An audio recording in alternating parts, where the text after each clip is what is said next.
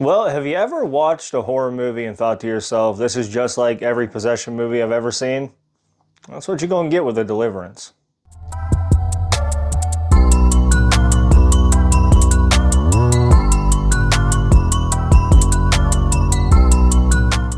Okay, so what is a Deliverance? The Deliverance is a horror thriller that came out on Netflix a few weeks ago. And it's about a family living in Indiana, and it's based on a true story that discover a strange demonic occurrence that convinces them and their community that their house is a gateway to hell. And before I start cycling through my positives and negatives of this review, I will say this is not the worst horror movie I've ever seen. It's watchable. It doesn't deliver for me on the aspect of a possession movie. It's very predictable and very one-sided, I guess. Like, you can tell what's going to happen from the beginning of the movie to the end of the movie. There's nothing changing in that. There's nothing different compared to like most of the other possession horror movies that you're going to come across in this day and age. So with that, like I was stating at the beginning of the video, this is based on a true story. And the true story behind this is about Latoya Amons and her family with 3 kids, ages 7, 9, and 12. And they lived in Indianapolis. And basically they're saying that their house that they were renting was a gateway to hell that was trying to possess their children and take over their lives. That's the main synopsis of this movie. So you take the synopsis of the true story, you make it a movie on Netflix, you make it just like every possession movie that's around right now. Now this movie, it stars Andrea Day and Glenn Close, who is a living legend. We all know Glenn Close. And Caleb McLaughlin from Stranger Things. Now, it's not the worst acting I've ever seen, but it's not the best either. I'm going to be completely honest. Glenn Close is okay in this movie. I think she's kind of hitting her time where she should probably just hang it up, if I'm being honest. This didn't show much of what she can do as an actress. The movie itself with Andrea Day's character, Ebony Jackson, she is the mother of 3 children, and they are the ages 7, 9, and 12. And basically she's a struggling mother who has a hard time coping with addiction. And her husband is in Iraq fighting, and it basically turns into a series of events of her beating her kids. And Andrea Day has 2 other children in this movie, played by Demi Singleton and Anthony Jenkins. And their names in this movie are Shantae and Andre. And it's okay, they're well portrayed. Andre really comes into effect in this movie as he is the one that is mainly possessed at one certain point in this movie. And then Shantae is kind of like the middle ground child who just kind of observes things and tries to take action into her own hands.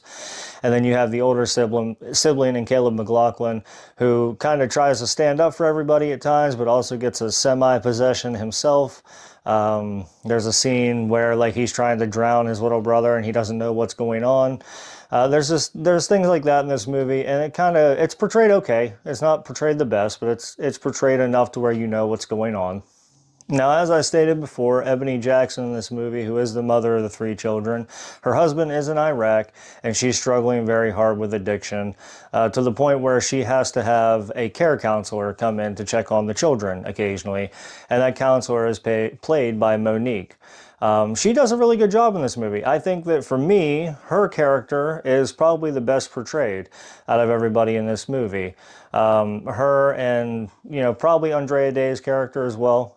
They play their roles pretty well. But Monique comes into play pretty hard in this movie whenever she has to come in and check on the children. And some of the occurrences that are going on are actually possession related, but she doesn't believe Ebony Jackson because she's got a history of beating on her kids and throwing them against the wall, and they've got bruises all over them and cuts on them. So it makes it difficult for her to take her side. But all in all, that is the synopsis of this movie. That is what this movie is about. And we will get into my positives and negatives now. So for my positives in this one, I don't really have too many. I have a few. But it is okay shot. It is directed and shot by Lee Daniels, and it's not terrible. The filming is very nice. You can tell what's going on. The lighting's nice, and the soundtrack fits into that. So it makes the atmosphere well desired for you to keep watching to figure out what's going to happen next. For my second positive, it was probably the casting. A couple of the people in the cast, like I said, Monique really stood out to me in this picture. She did a really good job at capturing like a care counselor standing up for children. You could tell like she really got into character for that, that she desperately was trying to stand up for those kids and the active beating that was going on at home or the abuse that they were going through.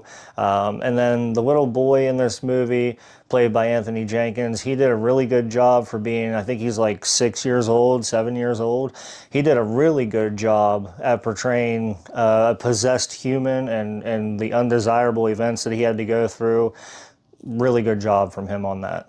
Now with that, we'll jump into my negatives, and for the first one, I'm pretty sure you can already tell this is coming, but it is just like every other possession movie ever made.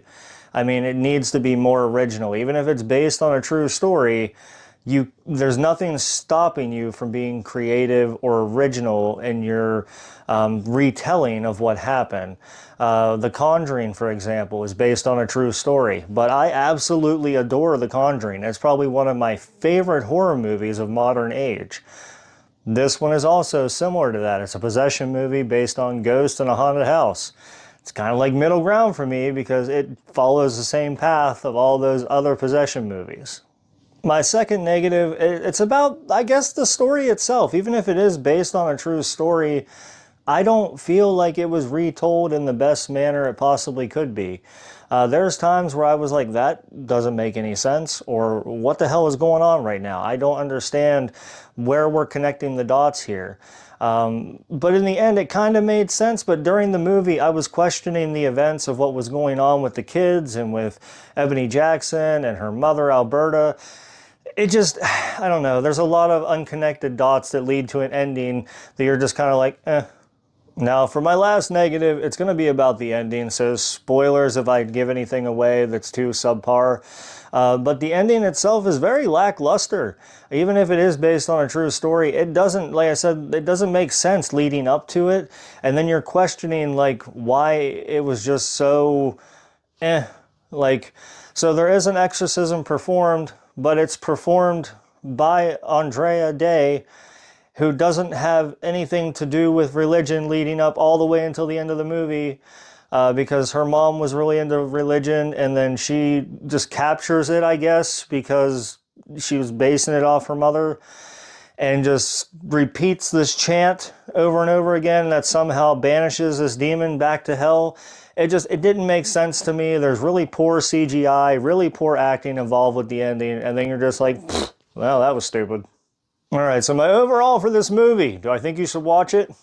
I mean, if you're into possession movies, it's worth a watch once. I probably won't watch it again, if I'm being honest. I probably will never watch this movie again. I've already forgot some of it, if I'm being completely truthful with everybody. I've already forgotten moments of what happened and things that should have stood out to me that I was just like, I don't really care. So for me, I'd probably give it a solid 3 to 4 out of 10, or a 1 to 2 out of 5 stars. I don't really know what else to tell you aside from that. I know this is catching a lot of trends and epicness right now. It's not catching it for your boy. All right, folks, so that'll do it for this video for me. If you enjoy my videos, remember to like and subscribe. I make a lot of short videos on top of everything else I do here on the channel, so I would appreciate it if you guys would check those out. I appreciate everything you guys do. Remember to check under your beds and stay safe out there.